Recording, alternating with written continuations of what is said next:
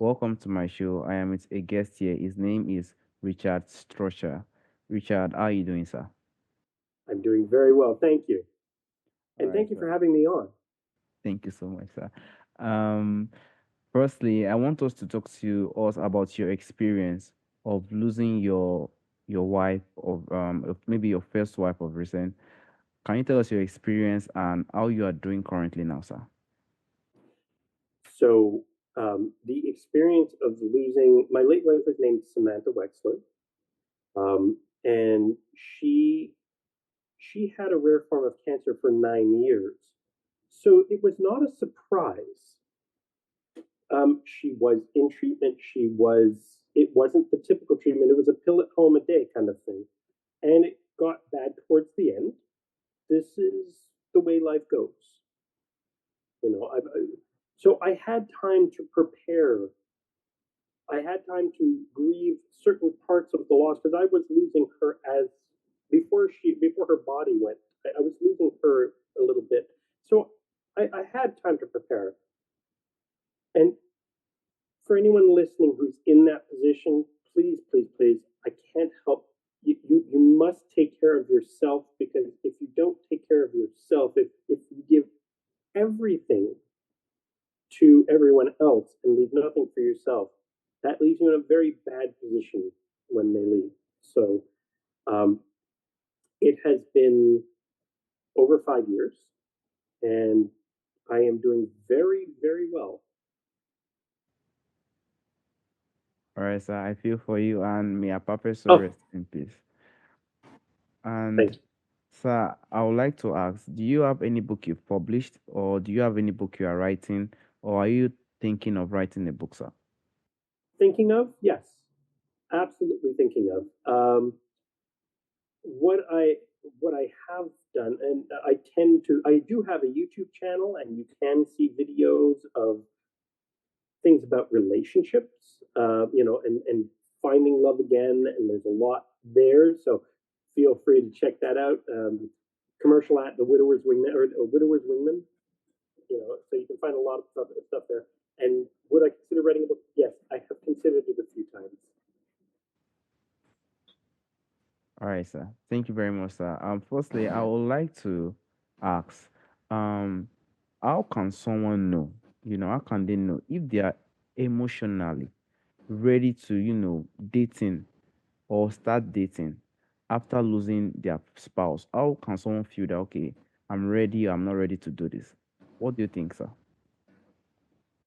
So this is a big question that comes up with all kind with every widower, or every widow, or every widower. When is it time? I will give the following piece of advice: wait 1 year. And the reason for wait 1 year is because um, neurocognitively, we need time to readjust. And there will be a lot of adjustments. And the one thing you don't want to do is run away, move to a different place, change your job, and then all of a sudden, you kind of come to your senses, because our brain changes during grief. And you don't want to come to your senses and go, wait, what did I do? Why did I go? Why did I do that? Where am I now? This is crazy. No, you don't want to find yourself in a worse spot. Try and find some stability, keep some stability in your life. And for goodness sake, please socialize. You do need, I know you won't feel like it, um, but if a friend extends an offer for supper, for going up, take it. Take it. You may not feel like it, but your connections will carry you. And you'll be surprised who the ones are to ask, or who will ask. But ultimately, are you ready to date comes down to one question, and just one. Am I looking to fill a void or a hole in my life, or in myself? Am I looking to put my life onto somebody else as it is? Or am I looking to share in the abundance that is my life? And that's the question. It really comes down, and there's no time period for that. You could be ready in 3 to 4. You could be ready right after the year. You could be ready. It might take you 2 to 3 years. It might take you 5 years. Everybody's journey is different. Are you sharing from the abundance of your life? And that's hugely important. All right, sir. Thank you so much, sir. I want to go to the terms of pressure. Some people might have lost their spouse and they have a lot of pressure from family and friends. How do you think someone who is handling pressure to get another spouse, how do you think someone can manage or handle such situations, sir? This is a great question. Um, yes, there is a lot of pressure. In in North America, the pressure is to not. And I know there are places where there is pressure to. Oh no, but you've got to find somebody. Again, um, people who love you and who want the best for you. I think the best approach to tell them would be to say, "I'm not looking I'm not looking for a crutch. I'm not looking for somebody to try and be my identity. I'm not looking. I need to find out what life is now and be looking for the right qualities. And I am not in a position right now to figure that out. Please invite me socially. Don't try to put me on a blind date or hook me up or I want to meet people, yes, but please wait until I am in a position to be able to, again, and this share a life, I say it a lot, and it's truly important. I'm coming from a place of carefully considered abundance. Even if you don't have to be rich, you just have to have a good, firm foundation of what life is and be able to say, yes, and I have the space to accept somebody in externally, internally, that I have the emotional capacity to take somebody on and not use them like a life raft, but to share, so that it is, a give and take, and that there is an equal part, that there is a solid footing. All right. Thank you so much, sir. Sir, I want to go to someone who, recently lost ears or, a woman or a man. I want to go to the terms of children. How can someone, how do you think children will react if they hear their parents getting to marry or engage with another spouse? How do you think children reaction would be? Children are interesting. Um, Young children. So there are different ages of children. So let's break it down. Young children, of course, um, will not understand the loss. So I think it's important, and young children up until the age of, say, 7, even 10, will cling to the new person. They will attach much more easily. So you don't want to bring somebody in, break up, and then the children lose another person, and then they bring somebody else in and lose another person. We want to avoid that. So please, please, please make sure the relationship is really on solid footing. At least 4 or 5 dates that you can really say that you got to know them better, that you trust them. If you wouldn't lend them your car or give them the keys to your house, don't let them near your children yet. And that's just practical advice in terms of it's not to be cruel. It really is. You don't want your children attaching to somebody new to lose again. Um, all children, even older children, even adult, even the adults, attention is a resource. Children demand a lot of attention, and we know this. It's There's no fault of their own. It is a basic human need. We need attention. We are placed in society defined by who listens to us. So for children, attention is a resource. And the catch, if you're going to be with a partner, if you're looking at somebody who has lost, or you are somebody who has lost who's looking at a new partner, the partner needs to understand there needs to be a solid, frank discussion about that the children are part of the relationship and that the partner of the person who's lost is willing to establish and meet the children and establish relationships with each of them in turn to really make sure that there is more attention from the two of you, not a competition for attention because you're taking away mom or dad's attention from them. And and kids will do all kinds of things. They will get angry, they will lash out, they will do because it suddenly becomes a competition, like it was as if it were a competition for food or a competition for space. Everyone's going to try and assert themselves, and then you don't want to be the person in the middle, everybody pulling at you. So there is that. So yes, attention is important, and you have to consider that everybody needs their attention. All right, sir. Thank you so much, sir. Thank you. I understand from your own perspective, and I want to also ask, like someone who just, maybe unexpectedly lose his or her spouse, there will be a lot of trauma, a lot of anxiety, pain, and sorrow because of someone, someone has lose his or her husband or wife. I would like to ask, what support system you think can bring that person up from this serious pain? What do you think someone can be doing to just bring his or herself back up and become stronger again? The answer is counterintuitive. You would think a lot of people's tendency when they feel wounded in this way is to pull away. I need to figure this out for myself.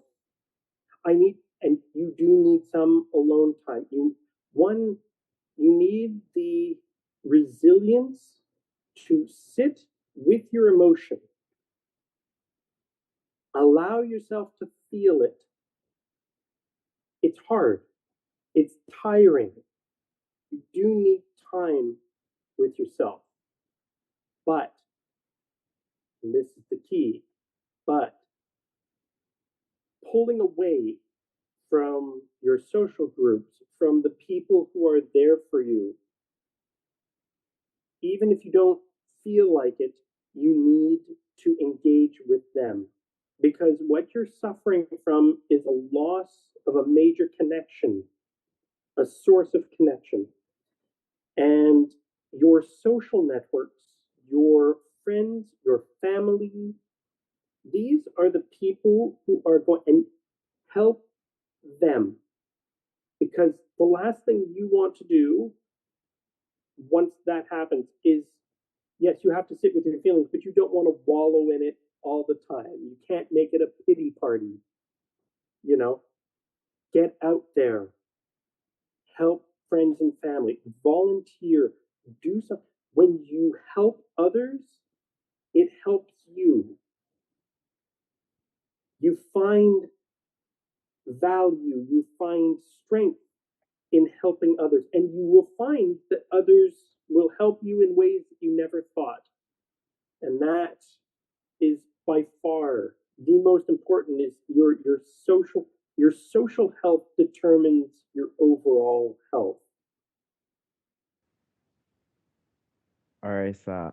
Thank you so much, sir. And I would like to ask, despite the bad actors, everything going on currently now, would you advise someone who just, maybe has recovered from his or her trauma from the spouse he or she has lost? Would you advise such person to go for an online dating, sir? I definitely online dating is a wonderful tool. Just like Google, it's a wonderful tool, but it needs to be used well.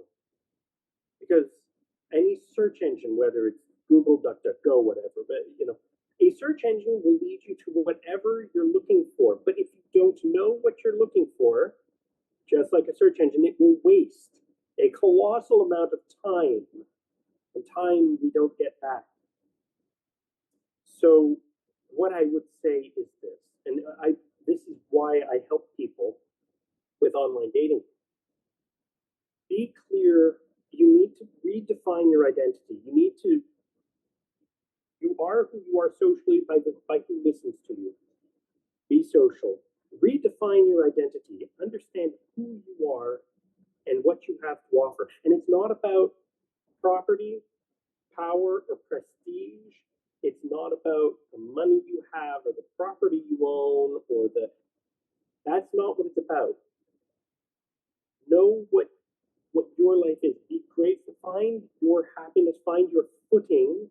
At least find your footing, and know that you offer you offer something. You offer yourself, and be in a position to offer yourself. Once you know that, what does a relationship look like for you in this period? When we're young, we're looking for somebody. We're looking for somebody who will help our status, who will grow a family with us, who will establish a home. Who will, when we're in middle age, we have the home, we have the family, we have the connections. We tend to be more set in our ways. We want somebody who is compatible with us. When we're older, we want somebody who who is compatible with us in terms of mindset, in terms of what we agree on and how we come together. It always values matter, but what is a good relationship for you now? And a good relationship, and this is important, doesn't have to be romantic and you live together and you share the same house. I have met people who their relationship is we meet once a week and on the weekends. And that's good for them. That's healthy. It works for them. You don't have again, you don't have to comply to the pressure of society or family or what others think. And it takes a little doing. But if it's right for you, that's that is good. And last, know what you're looking for. Once you know what a good relationship is, know what you're looking for. And there's a tendency to want there's a tendency to not define it. And the problem is in your head, you have this list, but the list keeps changing and fluctuating, and priorities keep changing. It write it down. And if anyone needs help, reach out. I'm happy to help. This is an exercise I do a lot, but write down what you want, and then there's a way to break the list down and prioritize it. But you should be looking at 5 traits and up to 3 deal breakers.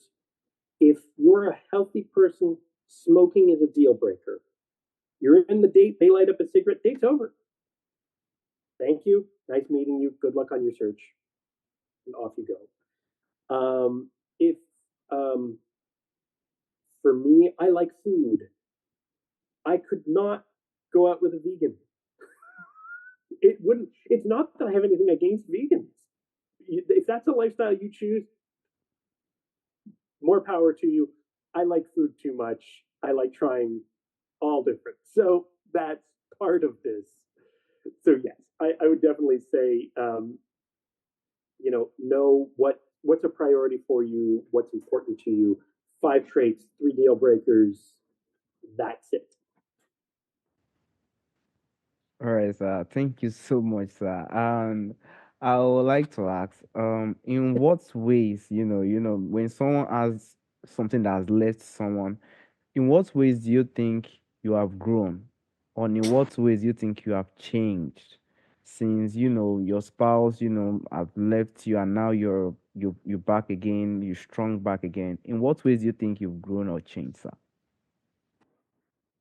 If you're asking me personally, um, I am in no way the person I was when I met Sam. I am no way the person I was when she got or when she was diagnosed. I am no way the same person I was when she died. But I think the biggest danger in modern day is when we just and it is natural to do so, but when we just live by the patterns and we don't change, we don't grow, we don't evolve. Um, I am very much about living with intention. And it's something that I work. It's part of my work with people. I'm very much about living with intention and making sure that people are making the choices they want to get to the future they want, rather than just going through the motions. So there is that. Um, when you lose a spouse, whether it's through divorce, whether you're on the receiving end of a divorce, because if you're the one who initiates a divorce, you've made the choice. You've come to terms with it. If you're on the receiving end, it's usually, I want a divorce. What? So it's a surprise. Not a good surprise, but a surprise. Um, Same with losing a spouse. Even if it's sudden, you part of your identity is tied into that relationship, and remove that. What again? Who are you? So you have to redefine that. You have to figure out, what do I like? What moves me? Okay, I do this job, but why? What does it give me? What are my releases? Who do I hang out with? There's a saying, you are the average of the five people you hang out with the most. Who are you hanging out with? And then to be able to step back, look at yourself and say, okay, this is who I am. Is this who I want to be? And then making choices, little choices. They don't, I hate the New Year's resolution. I'm going to go to the gym. Yeah! And then you know what happens. A month in, you're like, not today. And then by the 2 months or 3 months, that gym membership is a waste in your wallet. So little increments. I think I'll walk. I think I'll take the stairs. I think I'll. I think I'll walk. Instead of taking my car to the corner store, I think I'll walk. Just those little choices, and little choices cue your brain to what you want. And if you know what you want, then your brain will start making these little choices, and you'll start making these little choices. You make better choices and better choices and better choices, and little increments, but they add up. So yeah. All right, sir. Thank you so much, sir. Generally, to people who are single out or people who have lost their spouse, what advice would you give to them, sir? Know yourself. Know. I keep going back to this, but it's so key. Um, know what it is you're looking for, who you are, and what it is you're looking for. And the reason I say this is, I will give a practical example. You go to the grocery store, you go to the market. Do you shop by looking for everything you don't want? No, that's stupid. And it would take you all day. Too many of us, you ask what you want in a relationship and people can't tell you. They will tell you all the things they don't want. Oh, I don't want somebody who drinks. I don't want somebody who smokes. I don't want this. I don't want that. I don't want somebody who's, too large, too skinny, too this, too that. You don't go to the market and go, bananas? No, no, not bananas. Bread? No, no, no. Well, oh wait, yes, maybe a little, but maybe those type of bread. No, no. You lose your mind. You want go in knowing what you want, knowing what you're looking for, and the three things you must you must be you must be willing to open yourself up and be completely authentic. Be honest about what you're looking for, clear on your intent. If you're looking, and I'm not going to say, there are people who are out there who are like, I want to search for something casual, I just want a friendship.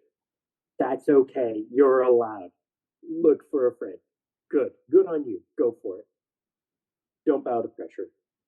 um, And three, time is your friend on this. Don't rush. The vast majority of men, and I can, because I work with men more than anything else, the vast majority of men, the first woman who pays them any attention, they put all their emotional eggs in that basket.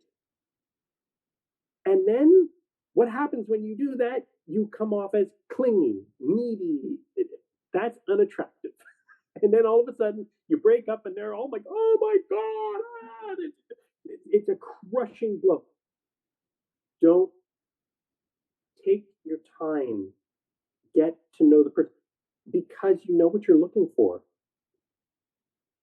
You know who you are. You know your boundaries. You know your limits. You know what's what what's good in terms of sharing a life because you're coming from it there. You're not looking for somebody to replace your identity or to be the axis of your identity. So important to be authentic, to know who you are, be authentic, and go out there and take your time, enjoy the process of meeting people.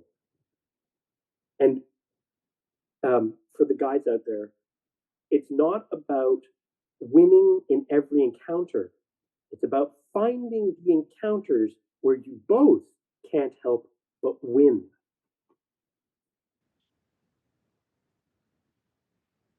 All right, sir. Thank you so much, sir. Normally, there's a question I normally ask from the forefathers, from the ancestors. If there is anything you would like to bring back to our time today, what do you think that thing would be, sir? I'm going to go completely off from. I'm going to go completely off from normal here.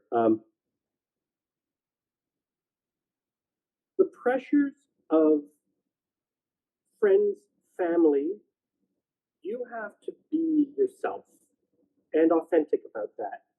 That includes, and I can't stress this enough, social media. Don't compare yourself to others. Don't compare your relationship to others. Every relationship is a beautiful opportunity to explore anew this wonderful chance. I talk about living with intention. Um, I am on social media not because I like social media more than look, it provides some entertainment, but just like other entertainment. If I whipped out a TV every time I got bored and started watching, I'd have no life. There would be no intention there. Be mindful of social media. Be mindful of where your time goes, where your connections are. Connect with people. That's that's something the ancestors knew very well. And there is something beautiful about sitting down and playing. And I love a wale, so I have an awale board, and I love that. I would rather sit down and play a game with friends around a table and connect with people and laugh together than doom scroll all night. This doesn't bring this out.